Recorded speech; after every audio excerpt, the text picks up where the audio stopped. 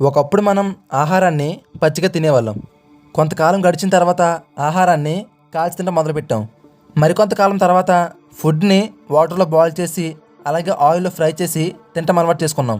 ఇలా ఇప్పటివరకు మనం తినే ఆహారాన్ని బాయిల్ చేసి కానీ, లేదా ఫ్రై చేసి కానీ తింటున్నాం. మనం తినే ఫుడ్‌ని బాయిల్ చేయాలన్నా, లేదా ఫ్రై చేయాలన్నా కన్ఫర్మ్‌గా హీట్ అవసరం. ఆ హీట్‌ని క్రియేట్ చేయడం కోసం ఒకప్పుడు కట్టెల పొయ్యిని యూజ్ చేసేవాళ్ళం.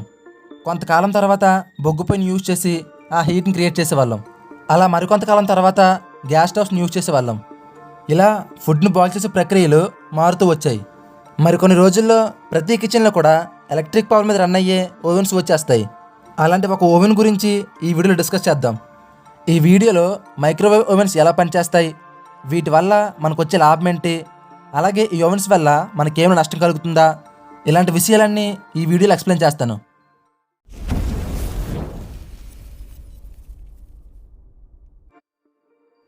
ముందుగా మనం తినే ఫుడ్ ఎలా బాయిల్ అవుతుందో చూద్దాం.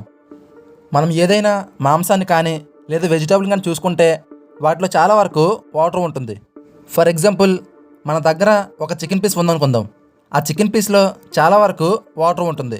అంటే చికెన్ పీస్ అంతటా వాటర్ మాలిక్యూల్స్ ఉంటాయి.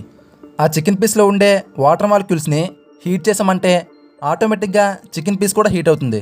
ఆ చికెన్ పీస్ హీట్ అయిందంటే కాసేపటికి ఆ చికెన్ పీస్ బాయిల్ అవుతుంది. అంటే ఇక్కడ మనం ఏదైనా ఫుడ్ని బాయిల్ చేయాలంటే ఆ ఫుడ్లో ఉండే వాటర్ మాలిక్యూల్స్ని హీట్ చేయాలి. ఫుడ్లో ఉండే వాటర్ మాలిక్యూల్స్ని హీట్ చేయడం కోసం మనం ఫుడ్ని మంటపై కాల్చుతాం, అలాగే వాటర్లో బాయిల్ చేస్తాం, అలాగే ఆయిల్లో ఫ్రై చేస్తాం. కొన్ని ప్లేసెస్లో చిన్న చిన్న మాంసం ముక్కల్ని కాల్చి అమ్మటం మనం చూసే ఉంటాం.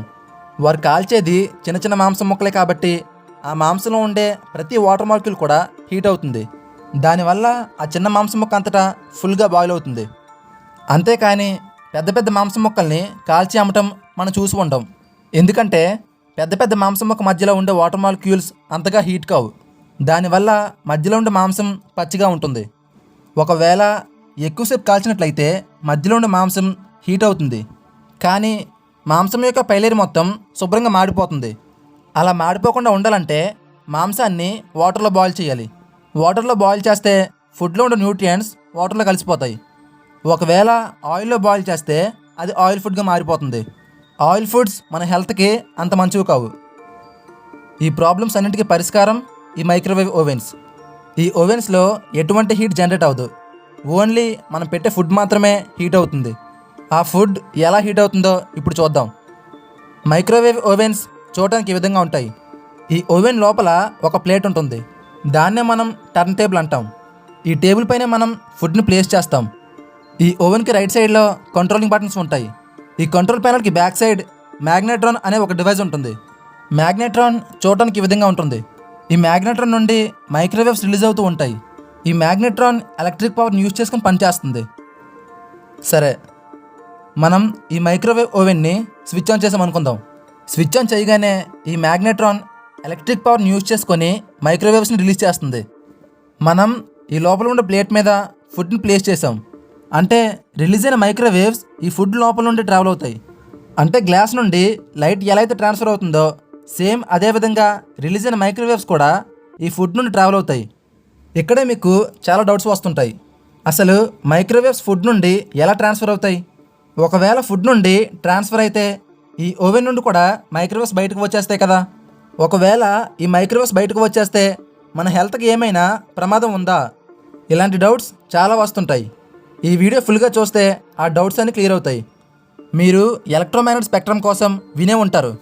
వేవ్స్ రూపంలో ఉండే ఎనర్జీ రేడియేషన్ని ఎలక్ట్రోమాగ్నెట్ స్పెక్ట్రమ్ అంటాం. అంటే radio waves, microwaves, infrared radiation, visible light, ultraviolet radiation, X-rays, అలాగే గామా రేస్, వీటన్నింటినీ కలిపి ఎలక్ట్రోమాగ్నెటిక్ స్పెక్ట్రమ్ అంటాం.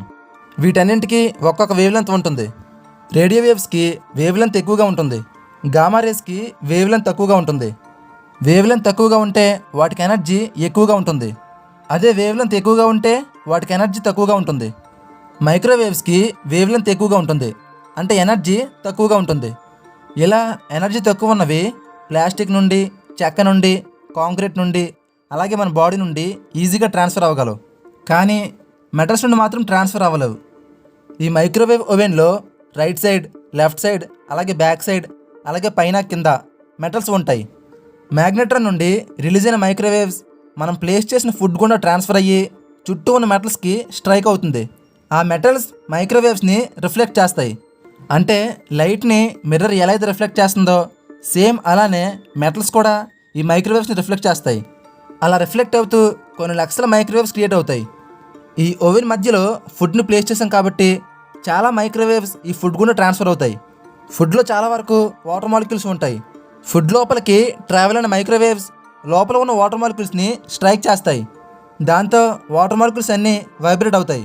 అలా వైబ్రేట్ అవడం వల్ల ఫుడ్ లోపల హీట్ జనరేట్ అవుతుంది. అంటే వాటర్ మాలిక్యూల్స్ హీట్ అవుతాయి, అంటే ఫుడ్ కూడా హీట్ అవుతుంది. అలా కాసేపటికి ఫుడ్ బాయిల్ అవుతుంది. మనం పెట్టే ఫుడ్ అన్ని వైపులా బాయిల్ అవ్వడం కోసం ఈ మధ్యలో ఉండే ప్లేట్ టర్న్ అవుతూ ఉంటుంది.